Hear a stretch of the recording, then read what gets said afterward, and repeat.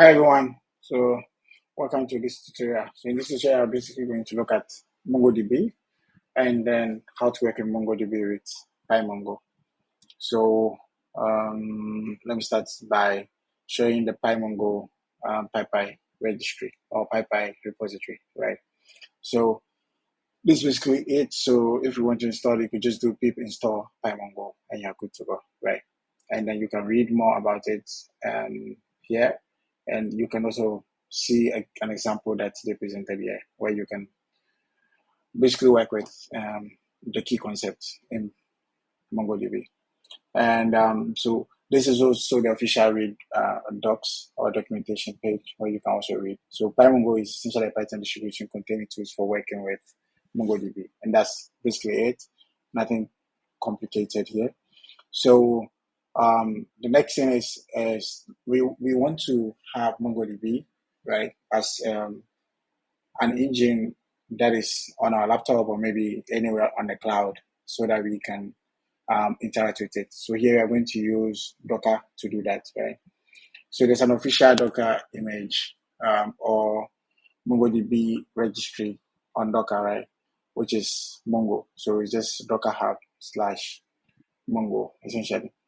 And to quickly use it, so you can see what is Mongo. It's a free and open source cross-platform document-oriented database program, right? So basically a NoSQL engine, right? And how to use the image. So if you want to start Mongo, because you already have Mongo, so you can just do Docker. Once you put it, you can just do Docker run -- name. You give it a name, right? And then -d Mongo with the tag, let's say version 1 or the latest tag or anything, right?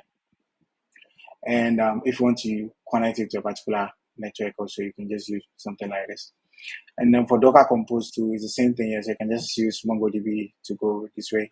So essentially you start it and then you pass the username and password. And what else? And if you want to go into the shell, you can just do docker exec -it and then you enter with bash. If you want to also check logs, you can check logs with docker logs and the name of your container. And that's basically it. So let me go there on my laptop. So to spin a container, we just use this one, right? If you want to, you can also pass like some stuff. So this is like a volume, and these are like environment variables to change the username and password for the root user. And then if you want to also initialize it to a particular database, you can also pass that as well. So this is it. So we can run this one or this one. I'm just going to run this one, right? And then just quickly do this, right? That's it, we're done. Now, the next thing we need to look at is we just want to check if it is up and running. So you can just do docker ps, and you can see this one, and it's been up for like 9 seconds, right? And the next thing we need to do is to create a virtual environment. So if you know how to create a Python virtual environment, which is not really the purpose of this tutorial.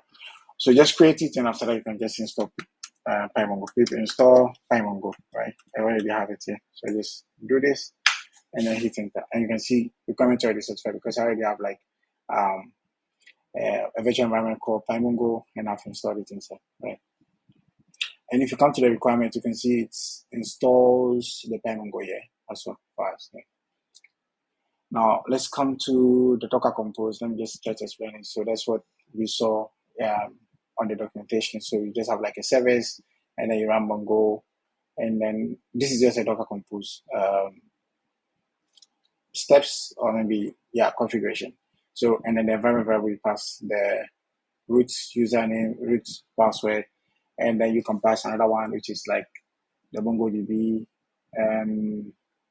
right? So you can pass this one MongoDB in a database, and we can pass a database called like Mongo, something like this. And that's also an environment variable, so it's also create it fast. And it's essentially from this one, right? So it's the same thing here. So you just pass it as well. And then you can pass your volumes as well if you want to pass your volume. And then you pass the port. So this is running on port 27017 on the container instance 27017 as well. So that's basically it. So we are running Docker. -d means to put it in the detached mode, and -p is the port that you want to specify. So we are mapping port 27017 to the host machine on also 27017. And then we give it a name of called Mongo, and then we call the Mongo latest image, right? And that's basically what we see here. So we have the Mongo latest. This is our container. It runs from the Mongo latest image, and the name of our container is Mongo. And you can see the Docker runs on this port, and then it's mapped to this. The Docker runs on this port, and it maps to our host machine on 27017. Now let's see how to connect to it. So basically, to connect to it, you can read the documentation on how to connect to it. So I think when you come here and you go to tutorials, right, and you see how to. So you just import PyMongo, and then from PyMongo you call the Mongo client. Then you call the client to be something like this, right? Or you can pass the host name and everything. Or you can also use like a URL format to call the MongoDB instance, right? And then getting a database, so basically creating a database, you can do this. This works. This also works in case you have slash and hyphen inside your name, basically the name of whatever you're using, and then creating a collection. So I mean the key concepts are here, right? So a database is essentially what you want to install. Like take it in terms of MySQL, a database is basically like a MySQL database, right? And then a collection is basically like the tables that you want to create within it, right? So a collection is a group of documents stored in MongoDB and can be thought of as a roughly the equivalent of table in relational database. So that's what they've mentioned here. And documents basically, they are basically the things that you want to insert within a particular table, right? And they are in JSON style format. And insert a document, you can see how to insert and get in a single document, which is called find one, and then querying by object ID. So you can also do that. And then bulk insert, you can insert many as well. So we'll see how to work with these ones as well. So let's quickly jump into rate. Let's go here. So I have a test file, right, which essentially talks about what we need to do. So yeah, I'm just importing datetime. This is UID. I'm actually not using it, so I can just remove it. And then from PyMongo, I'm importing Mongo client. And here, let me do something quickly. So before that, let me just comment these ones out so that we can look at it step by step, right? These ones can go down. Now let's see this. So essentially, if you want to create a client, you just do client and then you pass the host and then the port. But there are actually more parameters like if you want to have if you have a connection pool, you can just pass it, right? And then all these things are none because you can do anything you want. And if you have something like how do you call it? Let me see if I can talk about it. Yeah, so if you have like a username and password, you can also enter all these things inside a pack. So you can just do username equals that, password equals that. It will pick it up for us, right? And that's basically how that basically helps us to connect to it, right? Or you can also do like a code plus, if you can see this one, where you code the user and then the password as well. And something like this as well. So you just pass the user and the password. Then after that, you can pass the client equals MongoDB URI. And essentially, that's it. So now we want to create a database. So we want to get or create a database. So all we do is we just do DP equals the client, which you already defined at the top here, equals client dot, and then we want to call our database name, KtechHub. And remember, if you have like something like underscore, right, this thing works. So if I do something like this works as well. And this will also work. So all these ones will work as well, right? But then let's just create the first one, which is a KtechHub, and then we just do client.list databases. So that's what we are printing also this. Then run it, Python, test. And what do we see? So we see admin, config, and local. It is listing the database. So here in MongoDB, though you define your database, it doesn't automatically show that it has created a database. Until you create a collection and then an item within a collection, that's when it's going to tell you that it has created your database, right? So we can pick this one. So I only want to print this one again. So now let's create a collection. So essentially a collection is basically a table, like we said. So here we are creating a collection called posts, right? And then we print this one out. And after that, we can print our database here as well. I think I copied the whole thing, so let me just paste it. So we want to print the collections, and then after that, I want to print the database.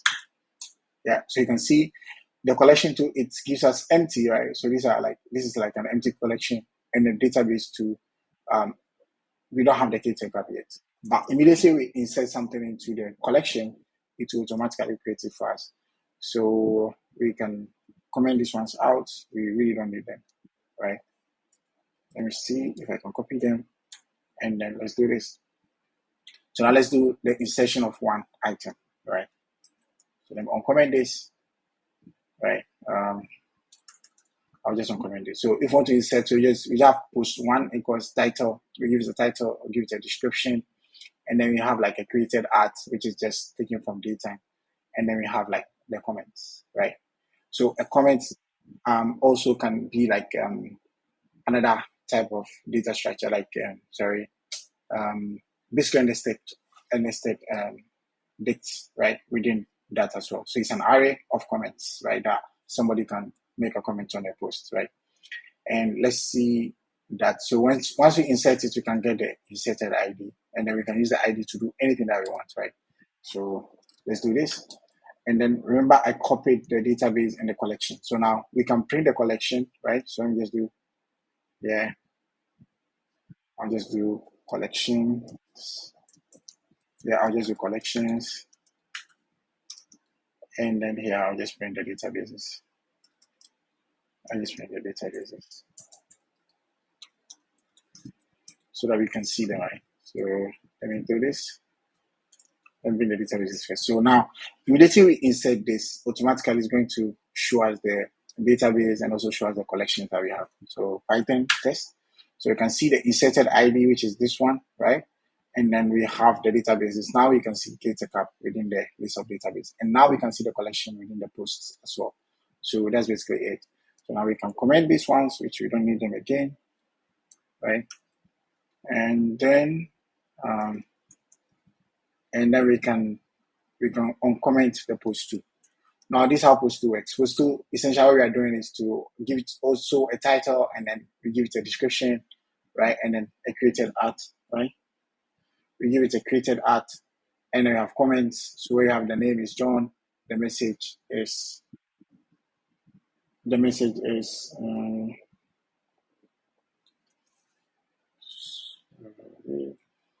and the message is nice post, and then the do is also making a comment. So once we insert this one, it will also be in the same table as well. So you can see it doesn't care what you are dumping within a table, right? You just look at the titles that you have or the keys that you have and use it to map them within the database, right? So let's insert post 2 and get the stuff from there.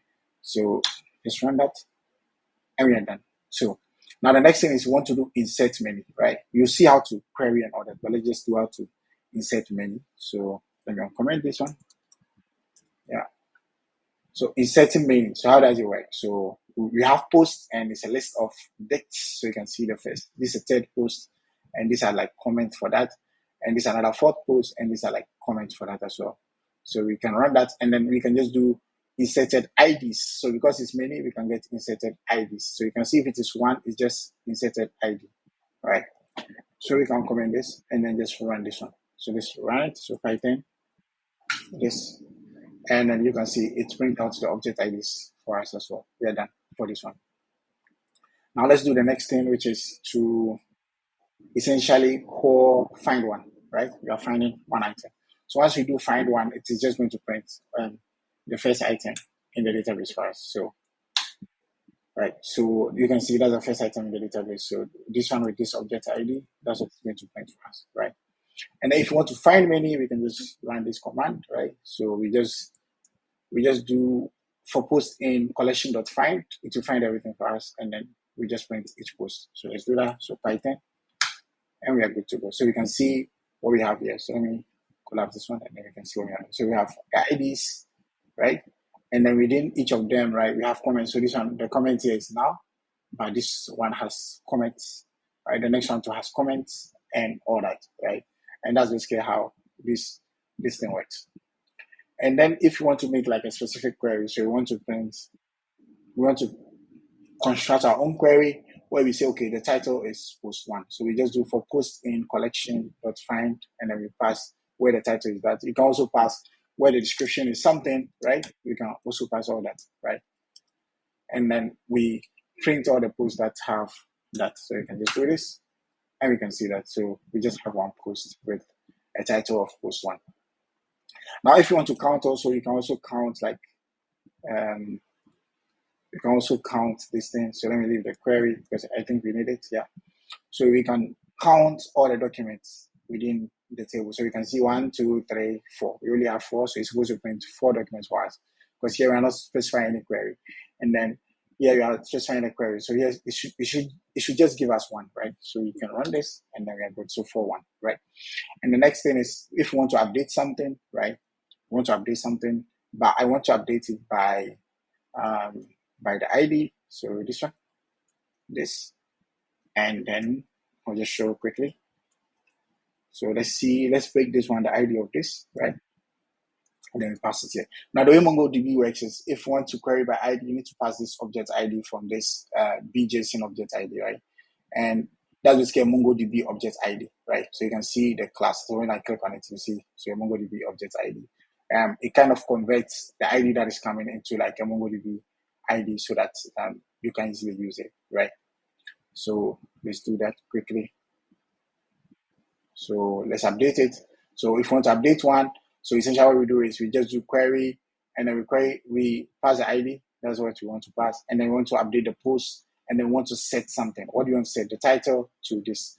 You can also pass the description to something. And there are a lot of queries in the documentation as well that you can learn as well aside this video. So we just click on uncomment this and then we do this, we print it. So now here we are writing the query. We set the title to post 1 edited. So instead of just post 1, which is here, we want to add editor to the title. And then here we want to we want to update. So when you are updating, you pass the query first, the object that you want to query, and then we pass the updated post, which is this one. And then you can just do updated post equals find by query. This one, we want to find by the object ID, and then we print it and see whether it is updated or not, right? And then if you want to update many tree, you can just do collection dot update many, right? And then you pass the filter, which is basically the query, and then you pass the object that you want to pass. So here we can just say, okay, anywhere where we have title is posts, right? Anything that has title posts, change it to something else, right? So you can pass as many as we want, right? So basically that's it. And then let's run this and see whether it is updated. So we run that and then we can see that title is post 1 editing, right? Now to delete a post, do the same thing. You can delete many or you can delete one as well. So I can just do collection dot delete many and essentially you can pass all the items I want to delete. But here we just want to delete one, so we just do that. So if you want to have many, you can pass other ID here and then you can use the delete many functionality. So, but the post that we want to delete, let's delete this post here, this one, the 4th post. So let's pass the ID here and then run the query. So I believe we don't need this again. And right, and then it will be deleted, right? And then after that we can query, right? We can query everything and see whether that post 4 is there, right?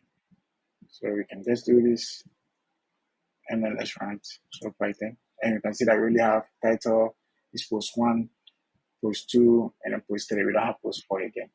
And I believe that's essentially it. So if you want to have a look, we already have this in the Git repository, and then you can play with it. So this is a Git repository. So you have KtechHub, and then PyMongo tutorial, right? So this is a repository.